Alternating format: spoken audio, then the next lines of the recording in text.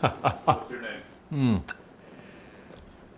My name is Thomas Edward Park, and I love Porsches. Some Porsches, sometimes. Only when they're nice to me and let me have my colors and don't tell other people what my colors are. Oh, that's rare. So, when I think about a dream car, it has to do with what the car stands for, not only with respect to car culture of its era, but also with respect to the manufacturer.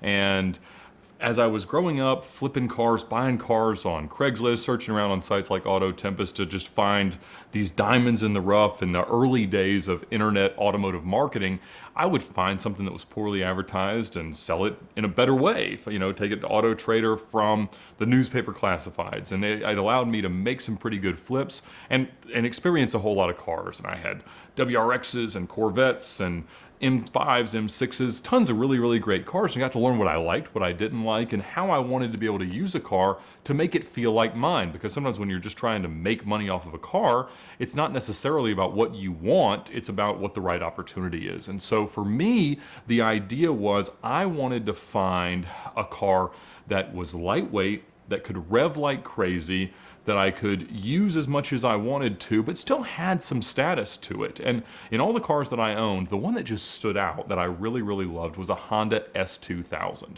It was the first car that I could find that had a 9,000 RPM redline, revved like a banshee, was great on track, terrific handling balance, you know, not the most comfortable car to be in, not the most advanced technologically, but just a great, great car to drive. And I'd owned a couple of them, always loved them, but would always find something else that I wanted to that was a little bit more aspirational, because for me, it's also about what it takes to be able to buy it. I mean, cars in a lot of ways are trophies for what we do in the rest of our lives. And so having something that stands for something that has some status to it was also important. I mean, it's not the primary objective by any stretch, but it's also something that means something when you pull into a car show, in a car meet, when you talk about cars with friends. And I'd have been able, how old were you when you bought the Ferrari? 25. I had this goal of buying a Ferrari by the time I was 25, and it had been something that I had long before, just this thing that stood out there. Every car guy wants a Ferrari. And so I had done that, and I had bought a Ferrari 360 Modena when I was 25 years old. And I was able to take it to the Georgia Tech car show where I was an alumni and say, this is my car, let people sit in it. I even turned down a chance to even trade that car for a Ford GT because it was the car that I really, really wanted. But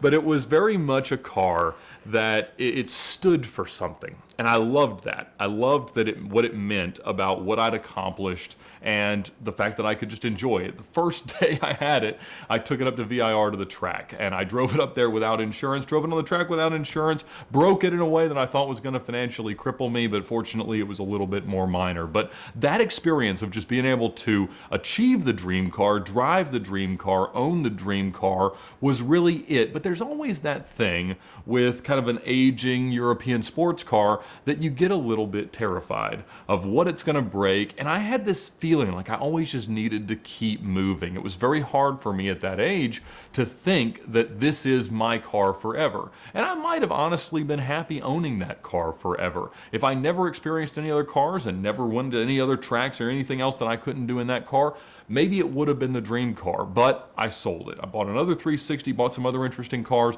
continued to trade, flip, have fun, enjoy them, and learned about other cars. And I missed the Ferrari, or I missed some things about the Ferrari, but I was always just on the lookout. Like, I wanted something that was a stick, that could rev like crazy, and that really stood for something, not just because of what it was, but of what it took for me to get that car. And I started to do a lot more track driving, instructing in the US, in Europe, did some racing at the Nürburgring, fell in love with all aspects of automotive ownership and driving. And so I started to take European delivery of a lot of cars because it used to be a really, really good way to save money on the front end, own it for a little while, pay for a European trip, come back, sell it, generally break even or make a little bit of money. And I did that a lot with BMWs and started to realize that Porsche was kind of the next option of cars that you could do European delivery with. And so I was able to, which car, you did it, let's not talk about the 07 GT3, let's talk about the Cayman GT4? and the Blue GT3, the only ones you took European delivery of. Only the GT4. Oh yeah, and the Blue GT3 Touring. Yeah. Not All right, the first one. and so, and I loved what Porsche was doing with respect to these GT cars, what they were, how uncompromising they were in terms of being real track cars, but also being perfectly good road cars. And I could take European delivery of the GT cars, whereas BMW was starting to really not like you to take European delivery of the M cars. And so I got European delivery of my GT4, loved it, took it to however many tracks, had a blast, drove it all over the place, and brought it back to the US and sold it. And wanted to kind of stay in the ecosystem because it allowed me to understand that I could see this moving in the right direction to truly being my ultimate car. And in thinking through that, I was like, the next step is a GT3, and I could get European delivery of a 2014 GT3.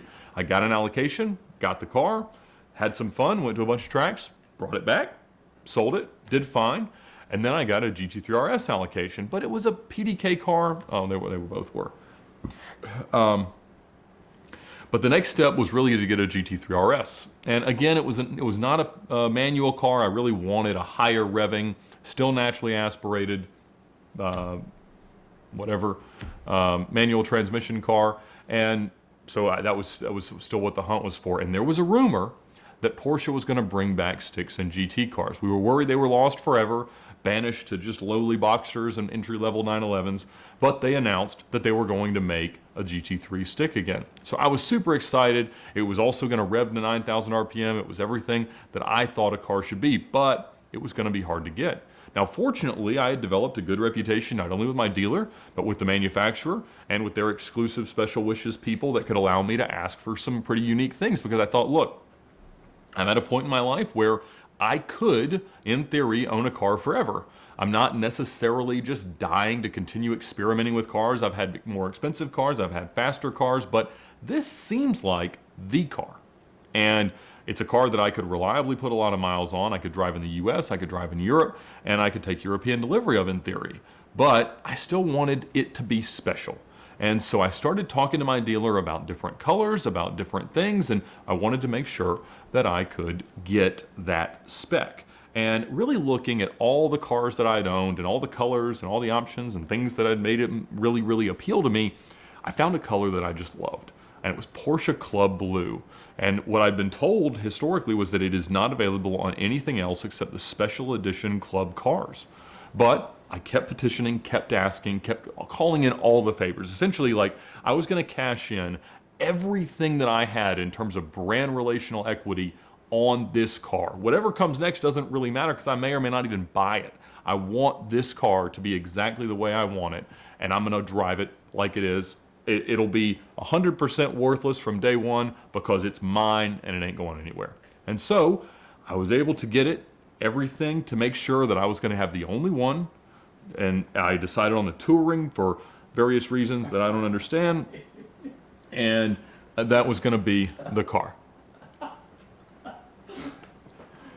Various reasons I don't understand. And Oh, you know the reasons. that's right, that's right. And so reason we won't get bogged down with who copied who.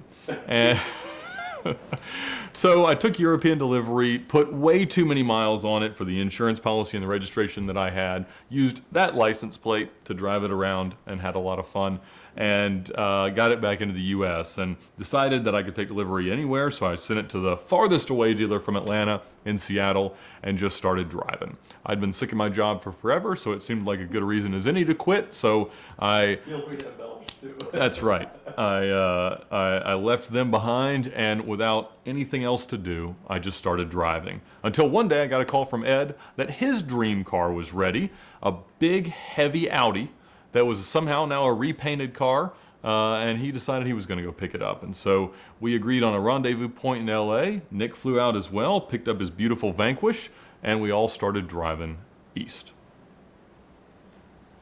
That was 9 minutes. That'd be fine. Really? It's Yeah. gonna be a long ass video then. If it got, it'd be fine. You might have to make it the trip only. Well, I don't know. 'Cause The this- backstory's more interesting. Really? Yeah. Okay. The trip's never interesting. And don't feel like you have to say all that, If but that was 9 minutes, and you said it better than I could, by the way, that could be a 10-minute video, and as could Nick's. right. What if you did 3 videos plus the shorter combined video? I'll see where it ends up. I would prefer for it to be a single standalone thing. I don't think you can edit it below 25 minutes. That would be fine. As long as there was enough supporting video, I wouldn't have a problem with that. Yeah. Okay. And we can condense it from that. I think I have my laptop with clips and stuff.